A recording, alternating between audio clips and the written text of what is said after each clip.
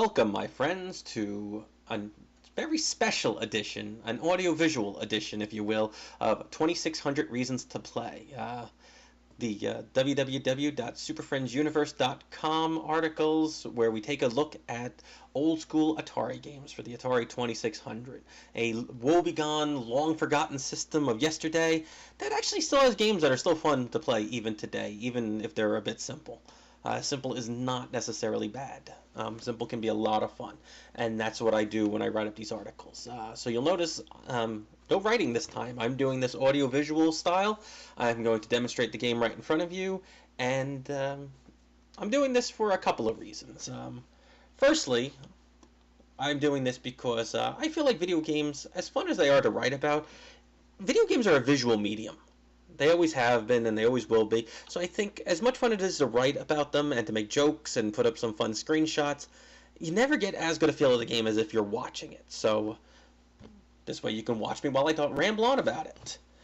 The second reason is I've been away from the site for a little bit. I figured I would come back with a bang and I would do a video review. And the third reason is because KaBoom, I'm going to start up the game now and get this guy moving back and forth. KaBoom is one of my favorite games of all time. And I don't mean, oh, it's my favorite Atari game, oh, it's my favorite old school game. No, it is one of my favorite games of all time. I mean, that list constantly changes, but you can always find KaBoom somewhere in the top 10 whenever I have to sit down and write up that list, because somebody has a gun to the back of my head, and one has to do that.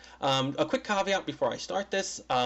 I tried doing this on my TV I have no way to record this. I tried it, it failed miserably. I cannot record it using an actual Atari. So I am cheating completely, and I am using an emulator on my computer. So this actually works against me because I'm actually fairly good at KaBoom. If you don't believe me, ask Emperor D, Big D on the site, and he will tell you he's personally watched me rock this game. I will not rock the game using a mouse. This mouse is not nearly as good as using Atari paddles, and I will talk about that later. So why don't we just start the first round, and I will talk about the game as we go. As you can see, you are the character at the bottom of the screen. If you're wondering what the hell you're looking at, you have to use your imagination a little bit. He is a series of 3 water buckets. 3 water buckets with 3 square holes in each one. Somehow the water doesn't spill out. It's Atari. Deal with it. Use your imagination. God damn it. That is why I love Atari so much. What other system today could you be an inanimate object like a bucket? I mean, every so often you see an indie game like that, but back in the Wild West days of video games, they didn't know what the hell they were doing. They were still feeling their way out, and anything could be the protagonist, including 3 buckets of water. You'll notice there's an asshole at the top of the screen called the Mad Bomber, who is doing nothing but throwing infinite number of bombs at me. All he wants to do is blow shit up, and it's your job in this game to make sure he doesn't get to do that. Unfortunately, it really is an infinite number of bombs, and he will eventually get his way. But your job is to hold him off as long as you can. As you can see, as you get further in the game, each round, he throws more bombs at a faster rate, and you'll notice that there's more gaps between the bombs as you go, making it harder and harder. And actually, I'm not doing so bad using the mouse so far, but I will start to suck in a little bit. So while I'm doing this, I might as well explain what the big deal. There we go. God damn it. Why I'm having so much trouble using a mouse is back in the day, the Atari 2600 came with paddles.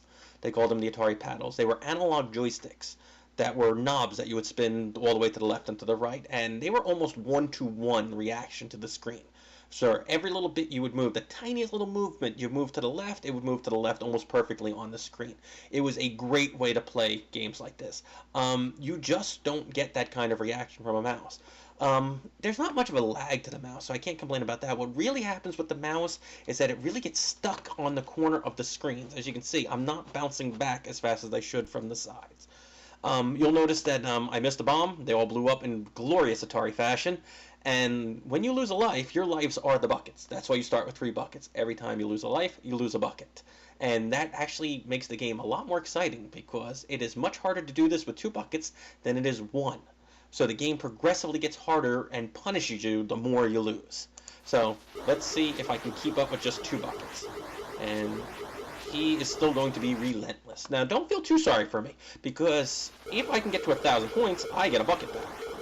And oh, damn it. I should be able to get a bucket back here, though. Every round, every bomb is worth more. Got a bucket back. Let's see if I can keep it going. Every round, the bombs become harder to catch, but they're also worth more. So you can really rank up points the later you go. That was pretty good. He's going to go nuts on this one. He had too much sugar earlier. And if you really look for a second, if you can go back and pause the YouTube video, he has this smug son of a bitch smile whenever... Damn it, I was close. He has this smug son of a bitch smile. Look at him at the top of the screen. That smug son of a bitch. Look at him.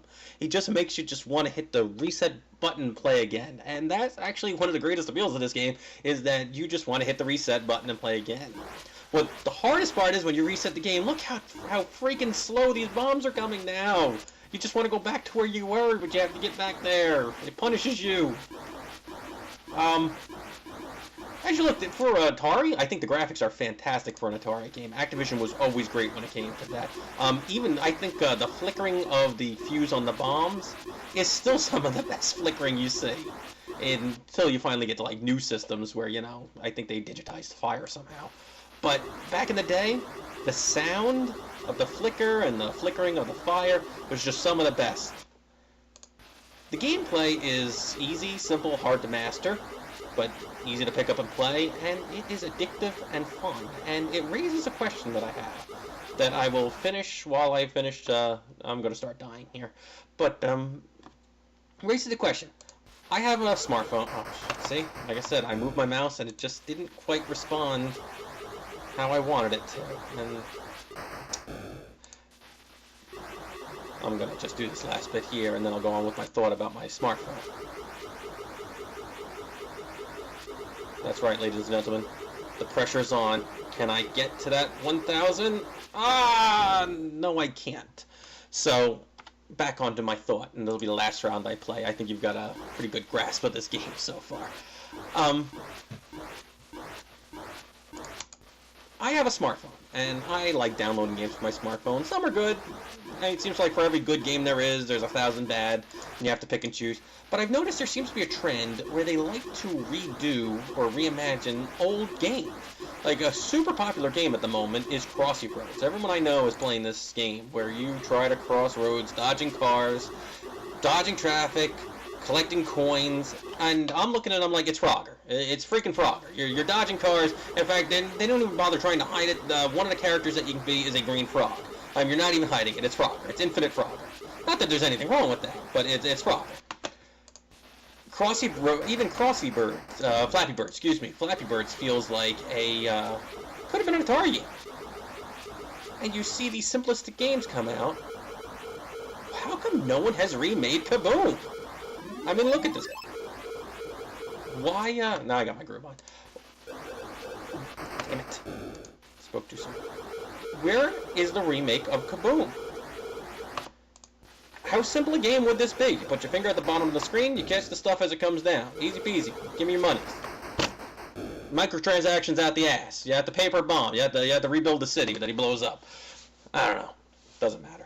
I'm just saying, if you're a programmer, get on that, because it's a game I'd like to play. I would pay for that in the store. So, there you have it. KaBoom, for the Atari 2600, made by Activision. Activision was... they weren't shy about putting their logo at the bottom of the screen, you might notice. Look at that son of a bitch smile at you. God damn it. God, I hate it.